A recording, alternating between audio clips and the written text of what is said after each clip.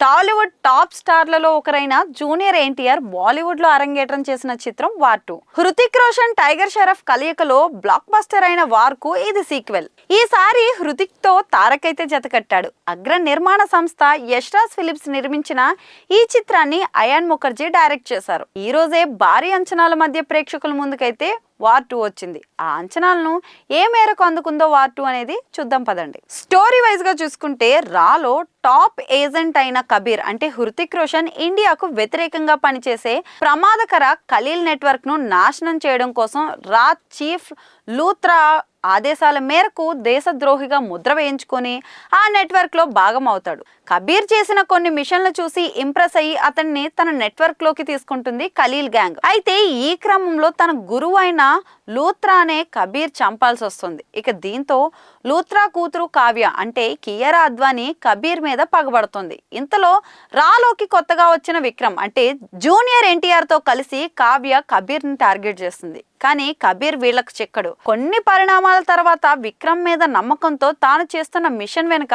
అసలు నిజాన్ని కబీర్ చెప్తాడు. కానీ అతడికి విక్రమ్ పెద్ద షాక్ ఇస్తాడు. ఆ షాక్ ఏంటి, ఇంతకీ విక్రమ్ నేపథ్యం ఏంటి, కబీర్ తో అతడుకున్న సంబంధం ఏంటి, కబీరు విక్రమ్ మధ్య జరిగిన పోరులో చివరికి ఎవరు గెలిచారు, ఈ ప్రశ్నలన్నింటికి తెర మీదే సమాధానం తెలుసుకోవాలి. ఇండియాలో స్పై సినిమాలు అనగానే అందరికీ యష్ రాజ్ ఫిలిమ్సే గుర్తుకొస్తుంది. ప్రత్యేకంగా స్పై యూనివర్స్ అని ఒక పేరు పెట్టి ఒకే జోనర్ లో చాలా ఏళ్ల నుంచి సినిమాలు తీస్తూ పోతుంది ఆ సంస్థ. ఇక ఏక్తా టైగర్, టైగర్ జిందా హై, టైగర్ 3, వార్, పఠాన్ ఇలా ఈ యూనివర్స్ నుంచి చాలా సినిమాలే వచ్చాయి. యష్ రాజ్ వాళ్ళను చూసి వేరే నిర్మాణ సంస్థలు కూడా ఈ తరహా సినిమాలు తీయడం మొదలు పెట్టేశారు. కానీ ఒక దశ దాటాక ఈ కథలు జనాలకి మొహం మొత్తేశాయి. అన్ని స్టోరీలు, వాటిలోని లీడ్ క్యారెక్టర్లు, అవతల విలన్లు ఒకే రకంగా కనిపించడం మొదలు పెట్టారు. అలాంటప్పుడు మళ్ళీ ఈ జోనర్ లో ఓ సినిమా వస్తుందంటే జనాలు ముందే కథ, ముఖ్య పాత్రలు ఎలా ఉంటాయో ఒక అంచనాకు వచ్చేస్తున్నారు. ఆ అంచనాలకు భిన్నంగా ఏదైనా కొత్తగా వాళ్ళని మెస్మరైజ్ చేసేలా ఏదైనా చూస్తేనే ప్రేక్షకులను మెప్పించడానికి అవకాశం ఉంటుంది.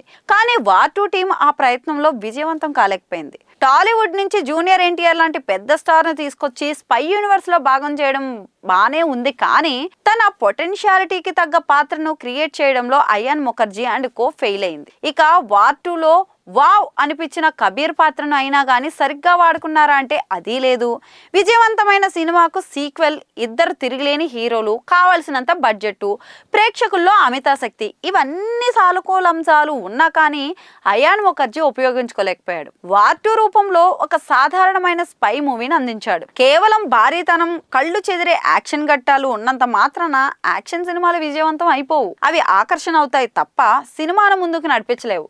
ఒక యాక్షన్ ఘట్టం రావడానికి ముందు సరైన బిల్డప్ ఉంటేనే అది ఇవ్వాల్సిన కిక్కిస్తుంది. అందులోని ఇద్దరు హీరోలు తలపడుతున్నప్పుడు బిల్డప్ ఎలా ఉండాలి, దాని వెనక ఎమోషన్ ఎలా ఉండాలి. కానీ వార్ 2లో హృతిక్ రోషన్, ఎన్టీఆర్ రక్తాలు చిందేలా కొట్టుకుంటున్నా కానీ రవ్వంత కూడా ఎమోషన్ కనిపించదు. ఆ ఫైట్ కు ముందు ఉండాల్సిన బిల్డప్లే సరిగ్గా లేవు.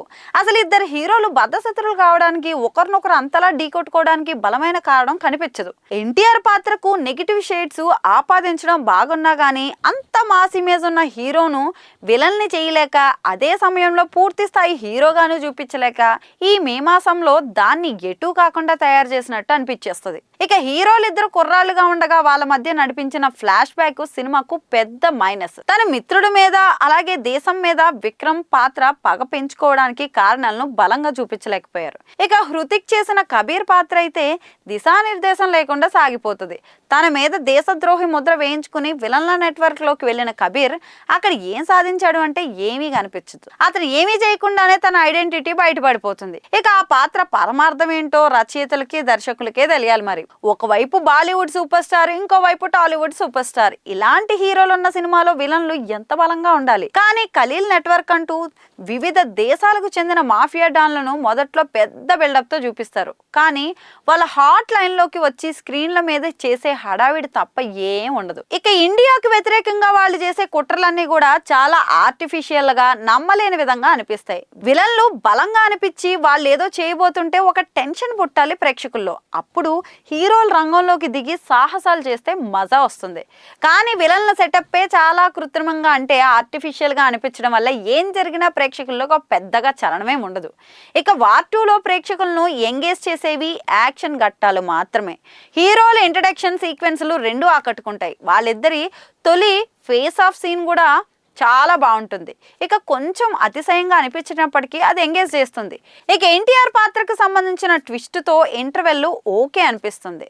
ఫస్ట్ హాఫ్ అంతా ఓ మోస్తారుగా అనిపించినా కానీ సెకండ్ హాఫ్ మాత్రం గ్రాఫ్ పడిపోతూ ఉంటుంది. పతాక సన్నివేశాలను మినహాయిస్తే సెకండ్ హాఫ్ బోరింగే.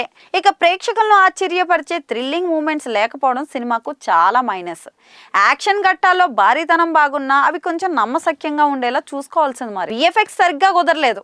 కథ పాత్రల పరంగా కొత్తదనం కనిపించకపోవడం వార్ 2కు ప్రతికూలం అయ్యాయి. ఇక యశ్రాజ్ ఫిలిమ్స్ స్పై సినిమాలు అంటే ఇలాగే కదా ఉంటాయి, కొత్త ఉంది అనే మొనాటనస్ ఫీలింగ్ ఇప్పటికీ కొన్ని సినిమాలు కనిపించాయి. ఇక ఈ సినిమాతో అది మరింత పెరిగింది. భారీ యాక్షన్ ఘట్టాలు, ఎన్టీఆర్ పర్ఫార్మెన్స్ కోసం వార్ 2పై ఒక చిన్న లుక్ వేయొచ్చు కానీ దాని మీద ఉన్న అంచనాలను అందుకునే సినిమా అయితే ఇది కాదు. ఇక జూనియర్ ఎన్టీఆర్కు బాలీవుడ్ అరంగేట్రంతో సరైన పాత్ర అయితే దక్కలేదు. నెగిటివ్ షేడ్స్ ఉన్న పాత్ర కాబట్టి వెరైటీగా ఉంటుందని తారక్ ట్రై చేసి ఉండొచ్చు. ఆ పాత్రకు తగ్గట్లుగా తన లుక్ కూడా మార్చుకున్నాడు. దాన్ని పండించడానికి ఎఫర్ట్స్ పెట్టారు. క్యారెక్టర్ ఎసెన్స్ తెలిసేలా హావభావాలను సరిగ్గానే పలికిచ్చారు. కానీ విక్రమ్ పాత్రను సరిగ్గా తీర్చిదిద్దకపోవడం, బలమైన డైలాగులు కూడా పడకపోవడంతో ఎన్టీఆర్ కష్టం ఫలించలేదు. ఇక హృతిక్ రోషన్ కబీర్ పాత్రలో ఎప్పట్లాగే మెప్పించాడు. తన లుక్, స్క్రీన్ ప్రెజెన్స్ అన్నీ అదిరిపోయాయి. కానీ వార్ తరహాలో కబీర్ పాత్ర ఇందులో ఎలివేట్ కాలేదు. కథానాయిక కియారా అద్వానీకి కథలో కీలకమైన పాత్రే దక్కింది. ఒక పాటలో ఆమె అందాలు ఆరబోసి కుర్రాళ్ళనైతే అలరించేసింది. పర్ఫార్మెన్స్ పరంగా చెప్పుకోవడానికైతే ఏమీ లేదు. యాక్షన్ ఘట్టాల్లో ఆమె బాగానే చేసింది. అనిల్ కపూర్, అశుతోష్ రాణా సహాయక పాత్రలో బాగా నటించారు. గులాటి అనే విలన్ పాత్రను చేసిన నటుడు ఇద్దరు స్టార్ల ముందు అస్సలు కనిపించలేదు. అతడి నటన కూడా తేలిపోయింది. టెక్నికల్ గా వార్ 2 యశ్రాజ్ ఫిలిమ్స్ ప్రమాణాలకు తగ్గట్టు లేదు. ఇక సినిమా మీద భారీగానే ఖర్చు పెట్టినట్లు అనిపించినా కానీ విజువల్ ఎఫెక్ట్స్ చాలా చోట్ల ఆడ్ గా అనిపిస్తాయి. ఇక యాక్షన్ ఘట్టాల్లో భారీతనం ఉన్నా కానీ నమ్మశక్యంగా అనిపించదు. ప్రీతం సంగీతం సోసోగా సాగింది. ఇక సినిమాలో కిక్ ఇచ్చే పాటలైతే అస్సలు లేవు. నేపథ్య సంగీతం ప్రేక్షకుల్లో జోష్ తీసుకురాలేకపోయింది. బెంజమిన్ జాస్పర్ ఛాయాగ్రహణం పర్వాలేదు. ఇక నిర్మాత ఆదిత్య చోప్రానే అందించిన కథలో పొటెన్షియాలిటీ ఉన్నా కానీ దానికి శ్రీధర్ రాఘనవన్ ఆసక్తికర స్క్రీన్ ప్లే చూపించలేకపోయాడు. అయాన్ ముఖర్జీ డైరెక్షన్ లో మెరుపులు కొరవడ్డాయి. వార్ 2లో సిద్ధార్థ్ ఆనంద్ తీసుకొచ్చిన అవుట్పుట్ కు వార్ 2లో అయాన్ పనితనానికి చాలా తేడా ఉంది. ఇక సినిమాలో కీలకమైన ట్విస్టులను సైతం అయాన్ సరిగ్గా ప్రెజెంట్ చేయలేకపోయారు. ఇక తన నరేషన్ బోరింగ్ గా సాగింది. చివరిగా ఏంటంటే వార్ 2 డోస్ అయితే సరిపోలేదనే చెప్పాలి.